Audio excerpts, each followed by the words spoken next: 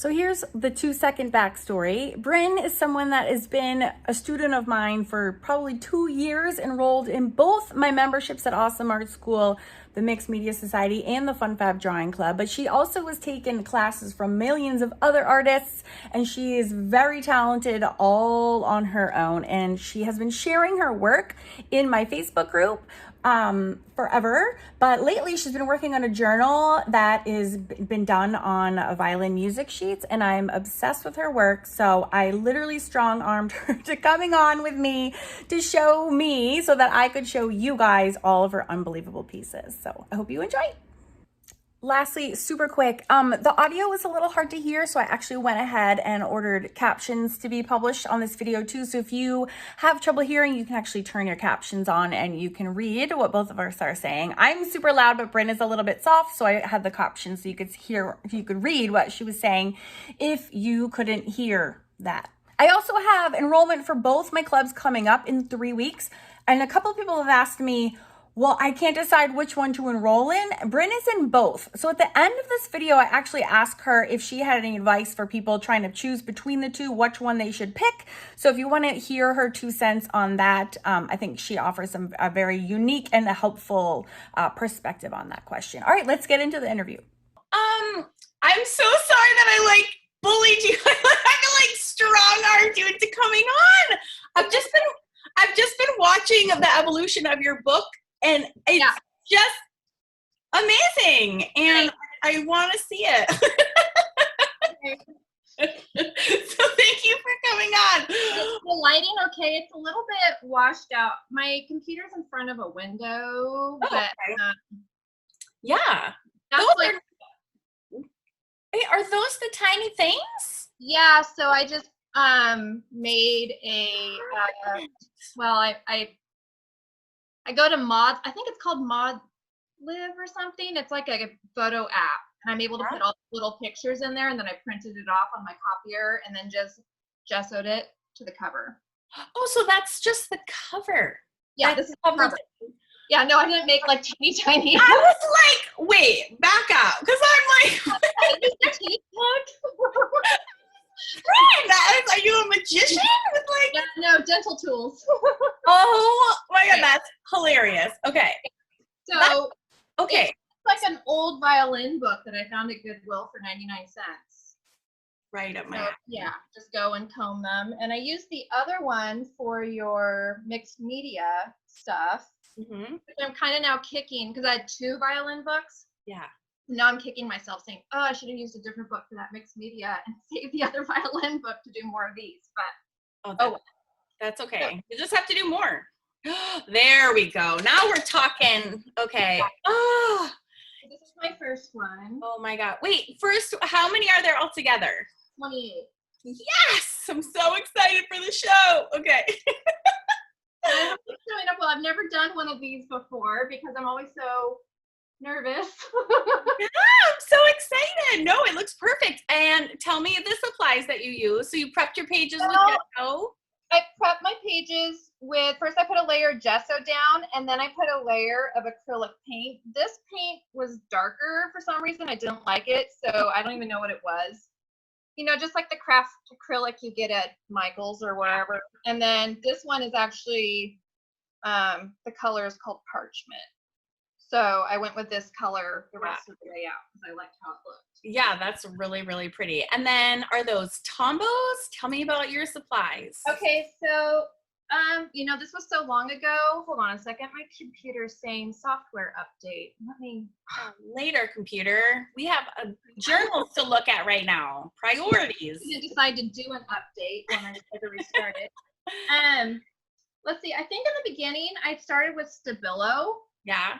And it was just too dark for me and made too much of a smudgy. I didn't like the effect so much. Yeah. And so this was like my experimental piece. I didn't really know. Well, and I got these ideas from that, what is it, that Girls on Cheap Paper? Yes, I have that book. Yeah, I don't have the book because it's out of print and you have to pay like $1 bazillion to get it. Yes, I know that now, but I actually have it, and I didn't pay $1 bajillion for it. You can find images online, so I was looking at those and I was like, I want to do something similar. Well, mine ended up looking completely different, but honestly, yours is 100 billion times nicer. oh, I like the simplicity of hers though. Like I would like to get more simple. I don't think I could do that. Yeah, and hers are very raw, but they're also like all of them are incomplete kind of looking.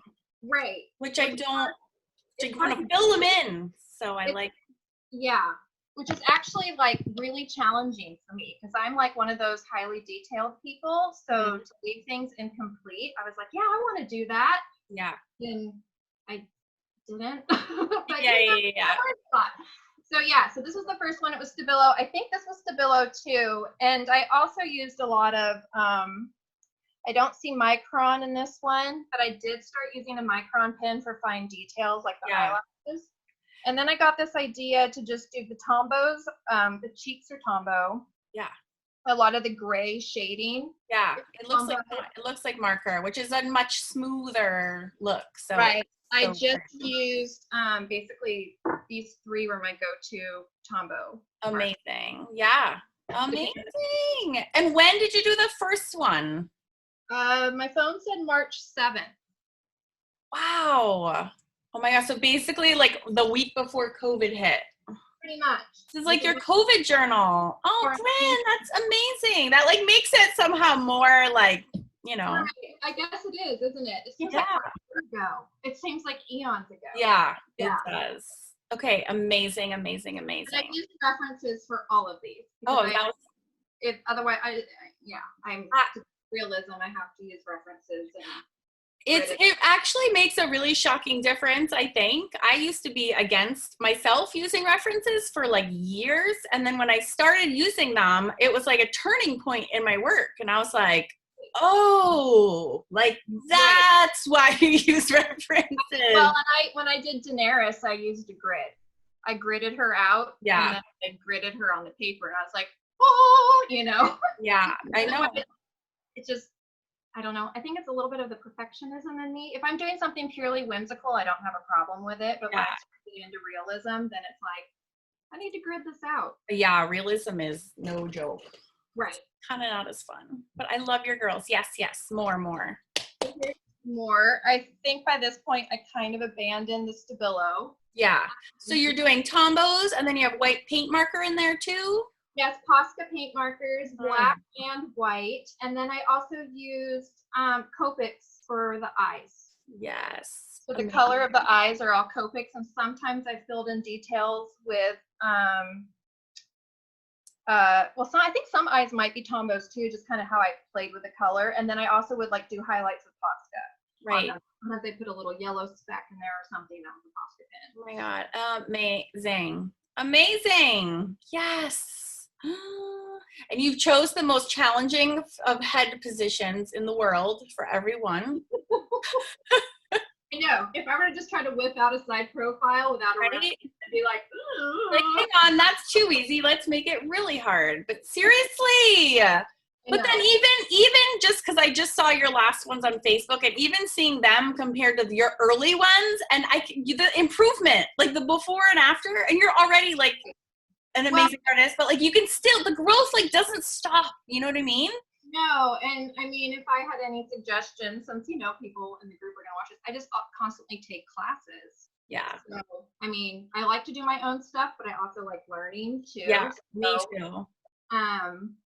Woo! Look at those girls. Looks like someone from the 1800s. She reminds me of somebody. I don't know who, but like Dr. Quinn, medicine woman. Oh my God, that's hilarious. The one on the right looks so real. The one to my right, the one with the, like the Jennifer Aniston haircut. Yeah, she looks so real though. Right. And she has such poofy hair. And then I was like in a James Luke Burke class, and he's like, don't make the hair poofy around the ears because it does da-da-da. And I'm like, oh, well, too late. Too late now. I love James Burke so much. I love him. I'm a little bit of a James Burke stalker. Oh my God. So pretty. So the hair on this one was super difficult. And that's what I think I found the most challenging at first was hair.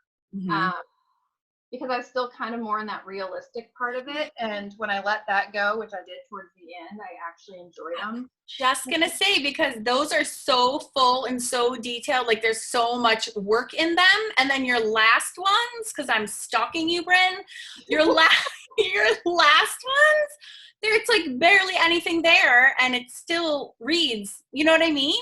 Right. Oh, so good. Well, and then I guess it's like when I took Tony Burke's class too. Oh, she's amazing. That's where it got the looseness of the hair, Yeah. kind of. Yeah. Can we just talk about everything that Tony Burke touches is like magical. You know, have you seen her pottery that she's? Yes, I stalk her too. We stalk the same people. Of course, I love I her. want that. I will pay a lot of money for that. I don't need it, but I want it. in my Yeah. house. No, and they both are like the nicest people on the planet also. Right. Yes. Right. Love. Okay, so here's the one I did upside down. I did the whole thing and then realized But I kind of love that. this was second, and I did the whole thing upside down, and I went, Oh my God. shoot. So beautiful. One of my first Faces Girls book ever was on a music book too. It like takes me back. Right. Well, it's such great paper. It really is is. such perfect. And just a thin coat of gesso and like you're good to go. Right. It's so perfect. Right. Oh. This one's, everyone has said a whole bunch. I am not a fan of this one, but you know what I noticed? I noticed that there's a, I want to say paradigm shift, but that's not quite the right word, I don't think. But here's all these girls, then this one who's kind of this oddball out, and then all of a sudden they changed to more like this from here on out. So it's almost like this was a struggle, even though it looks nothing like this. This was like my mental Right.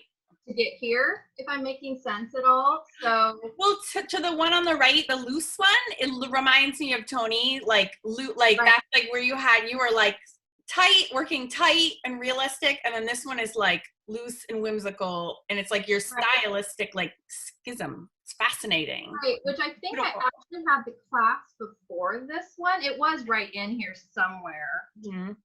Because I actually did this one the day or two before this one. And there's a huge break between these two months. This one was like June, and this is like August. So there's months between these two. And then I did this one, and I did not like it. So I still don't like it. But that's like, it's important to keep those ones in there because it like reminds you then what came after, right? Or what came before, and like it's the part of your story. I don't gesso over anything. I have old sketchbooks that are just full of things I think like hideous. But you know, it's like it's all about growth and where you're. I mean, it reminds me of where I've come from. Oh yes. I feel like if I just gessoed over it, I'd be like, I don't know, I wouldn't see that. So It's like covering over your journry. I totally get it. Yes. Love. so then that just kind of started this. Oh my God. It's just. And then the hair got crazy, and there splatters. The Look how splatters. beautiful. The girl on the right, her eyes are like so crazy one? real. Yeah. This one I really struggled with the lips on this one. It's funny when you pencil them out and you're like, I don't know if this is going to work. And it just kind of comes together, because when I sketch them out, they don't always look nice. Yeah. So, Well, and there's also and I'm assuming you just do the outline in pencil and then the rest you do with the marker, right? So it's like you don't know. yeah, there's still pencil line on here. I really don't erase much. Sometimes I erase around the lip. Yeah. But I go over it. I started with a Prismacolor pencil, and then I got into Polychromos, and I really like the way the Polychromos blend better. I feel like I can get the texture on them is different. I don't know. It took some getting used to at first when I tried them. I'm like, oh, I don't like these at all. But I really end up liking Polychromos a lot. Nice. So yeah, the beginning's Posca, the end is Polychromos, black Polychromos pencil. And I also use bleed proof white to get the splatters. Are those water soluble? Which ones? The Polychromos? No, they're underlayer. They're oil based. I think Polychromos is oil based and Prismacolor is wax. You mean just for your underlayers? And you So combos? these lines here, Wait, let me see. What is that line? Oh, that looks, sorry, I have to look at it. That looks like a Posca line. Okay, these lines here, oops, you can't see them. I'm not even in the picture, sorry. Those are Polychromos. Oh, so what's the water soluble? The water soluble is the tombow. Okay, so it is tombow. Okay, so yeah. Shading's done with tombow and India ink. Oh, okay. And then a little bit of Polychromos sometimes when I'm trying to get shading on the lips. Okay, so you're doing the Polychromos on top of the tombow? Yes. Is your last layer. Okay. So I first sketch it out. Right. After I do my background, I sketch it out, and then I put down tombow and I paint them on, like I put tombow on a dish and use my brush and paint on the tombos. And then I do the India ink. And then I do the black colored pencil or the Copic eyes, depending on what I'm feeling. Do you do go ahead. No, I was just gonna ask if your India ink was like Dr. Martin's or like Peach Martin's, or is it India ink like just black straight up? Again, okay. Mm-hmm. And I put it on a dish and kind of dilute it with water. Okay, gotcha. Yeah. Sorry for the million questions. I need to know how you're making these insane masterpieces. Everything, all the things. And I often I usually use a number 3 brush around number 3. Mm-hmm. And I just, when I got to these, I kind of held it at the end, and just kind of got really loose. Yeah. Amazing. And a paper towel, that's helpful. Yeah. Just to dab it up. Oh, that's such a tough facial position. Yeah. How long on average does it take you to do one? A few hours. Oh, are you serious? I've never worked for a few hours on anything in my whole life. I mean, the painting part, it takes me a few hours, I guess. That's amazing. And when do you do these? After your daughter is in bed, while she's playing around? No, she arts with me. So I usually, after lunch, the afternoon is art time. Oh, I love that. That one is that profile is just gorgeous. Yes. Oh my gosh. Amazing. And her neck on the girl who's like with her hair flying. So beautiful. And that's what I would do. I would find a reference, but I exaggerated necks and skinnier. Like this part, realistically is so fat. I know. Don't you hate that? I always make my neck super thin too. I'm like, a real neck comes literally like straight from the ears down. I'm like, oh, it's so wide. I know. Right. So yeah, I elongate them and then I make them thinner. Yes. On the round, and sometimes I'll make their noses thinner. Yes. Play with the lip a bit. I don't usually mess with the eyes too much because I don't know. I'll mess with eyebrows. Her lips are gorgeous on that same piece too. I'm a little obsessed with that girl on the left. And tone paper is fabulous for teeth. Yes. They just look shockingly white. Right. So right. I found that out. It's like, wow, the teeth work really good on this paper. Yeah. That's when a blending stem comes in well too, because you're like, let's just take a little bit of a little bite out of those teeth. So, oh my gosh. Yeah. And then my black is more Okay, so because I wasn't understanding what the cover was from the beginning, so tell me again how you did your cover. I'm sorry. So there's this app on my phone. Let me look at my phone. It's called Moldiv, MOLDIV. It's this little app. And you can put pictures in a collage and all of that. Yeah. And so all I did was put all my pictures on a collage sheet and then printed that off. Oh, that's so smart. Right. And then here it is. So I know, that's so great. I'm sorry, I was so dumb when we first got on here. I'm like, what is happening? I feel kind of dumb too. That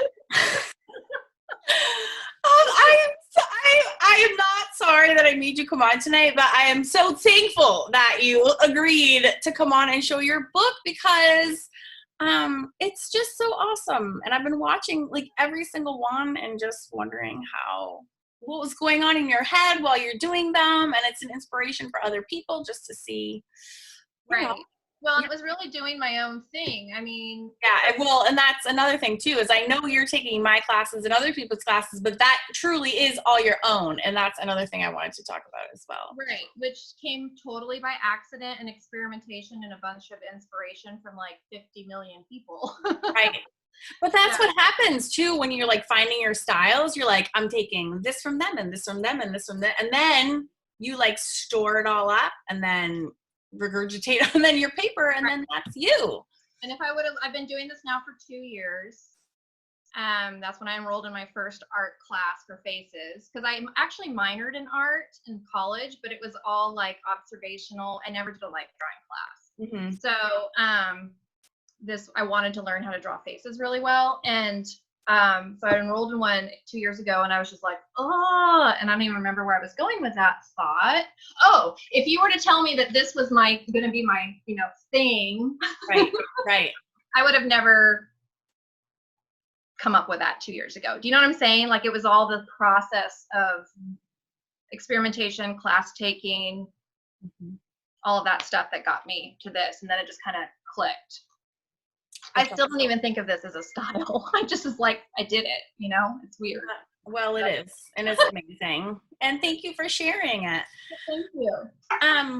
Before we go, I mentioned right to you real quick before we hopped on that I literally was just chatting with someone in the Facebook group about who was struggling to choose between the Fun Fab Drawing Club and the Mixed Media Society at Awesome Art School. Now you have been enrolled in both of them, right, for quite a while, right? And I was wondering if you could talk to maybe just whatever you want to say, maybe your favorite thing about both of them, maybe if you had to choose, which one you had to choose, or just, I don't want to lead your question. You just, if there's any advice or people are like, which one do I do? Because I know like you're like me, like I love all the things. So that's why I have 2 clubs. I can't pick one. So here's my list on my wall of every single course. I don't know if you can see this. Yes. Everything I want to take and have currently sitting in my It's terrible. Anyway, I started personally with the drawing club first because I wanted to get better at drawing before I pursued mixed media. So that's usually what I recommend, but yeah, go ahead. Yeah, I felt like doing mixed media without having that foundation down was just going to lead to more frustration, because then I would be doing not just trying to draw figures or whatever, or faces, but also trying to draw, work with medium on top of that. And I really wanted to get a good foundation on faces first before I went on into mixed media. And then once I did the 100 Fun Fab Faces, which was a total game changer to me. So how enlightening that course was. And sat there and did all 100. Once I started, which is in the Fun Fab Drawing Club, like just right. And I joined it late because I found you. I was in some previous face courses with other instructors, and it just wasn't clicking with me very well, and I just wasn't happy with my eyes, and I wasn't happy with what I was doing. So I was like Googling Facebooks and your Amazon books, those 3, the 3/4 profile and the regular face came up, and I was like, okay, I'll get that. And then I researched you and saw the Fun Fab Face thing. I was like, I'll do that. And it had already been I think it was almost over by the time I started.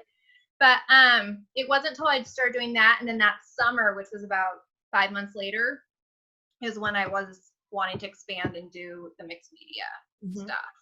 So that's what I would recommend if you had to make a choice. I mean, they're both fabulous, but if you had to make a choice, I would definitely go with the drawing first, because it's just such a foundational piece to doing mixed media, in my opinion. Yeah.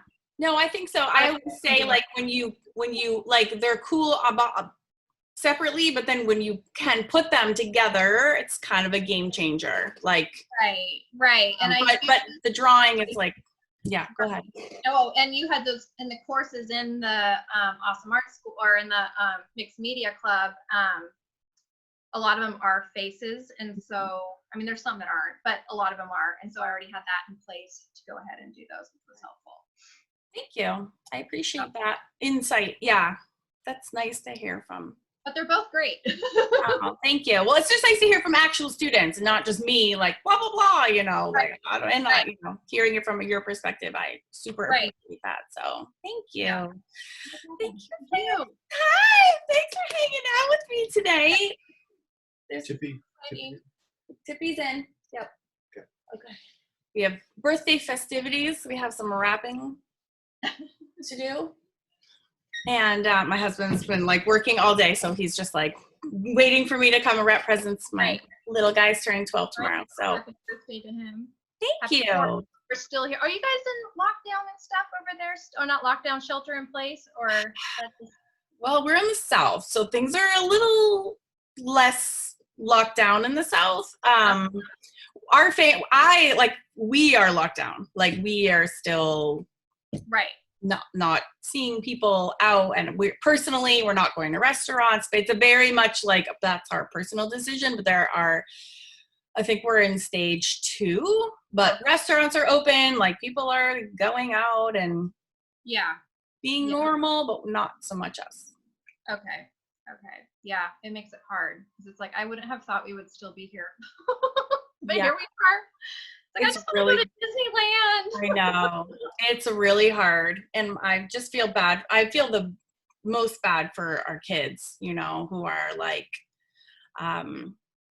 and it's so hot here in the summer. So we are inside in the summer anyways. They are in year-round school. So normally they're in school. So I'm like, oh, good. It's too hot anyway. So you might as well be in a nice air-conditioned school and be learning. And like, oh, and now it's like, they've been home for 5 months, 6 months, you know, like haven't left the house. Now they're in school and home. And like, I just feel like we're very blessed with a nice roomy house, and like, I cannot complain, but like, just when I think about like my childhood and their childhood this year, it really breaks my heart, honestly. Right. Yeah. My daughter's really extroverted, so it's hard for her. Hard. Yeah. And so I'm it. I'm the social. Lucky you, Mom. Yay. Hey, I love you. I love you a lot. Right? Oh yeah, I get visitors like all day, like the stream of people coming in, like I know. And the mom guilt is so real when I'm like, I just need to do something for myself, and now I'm feeling guilty. Well, that's where the art comes in. That's why I started doing art, was because it was like, I'm gonna go mental if I don't have something for me, you know? Right. And I try to get her to do it with me. She's pretty crafty, so that's helpful. Yeah. But her attention span's not. It's not 2 hours. Mom, I'm done. I'm like, right. It's been 5 minutes. Yeah. Yeah. Oh, that's awesome. I'm sure she loves that. Yeah. Oh, nice talking to you. This is so nice. Thank You're you. a real person. Thank you so much. I'm like, don't be scared. It's just me. Like, we're hanging out. I just wish we could, like, you know, party somewhere or something. Have a big art. I don't know. Wait in Scotland, I guess, but you know, that's not you can come. Someday we'll go. I know. Not the good thing I didn't get in this year, because it wouldn't have happened anyway. No, it was just a couple weeks ago was our 1-year anniversary. I'm like, oh my, it feels like another lifetime. Sorry. Honestly. So yeah. Yeah. No one wants us there anymore anyway. So yeah, right. Scotland's doing a really good job with their numbers, not so much the United States. But. No. But hopefully. I know. Well, it was so lovely to hang out with you for a little bit, and thank you for sharing your journal with us. I feel super satisfied now that I got to see all the pages in one sitting. Thank you. It showed up okay on the screen. I'm totally not for any of that stuff. Yeah, no, you did a good job with the light. Oh, I see a friend. She got done with her shows. Hello. Hi. What were you watching? Were you watching a show? She's like, Mom, it's dinner. I'm hungry. Yeah. All right, you go. I got to wrap presents anyway. So it was so nice to see you. Have a great rest of your night. Okay? All right, you too. Bye.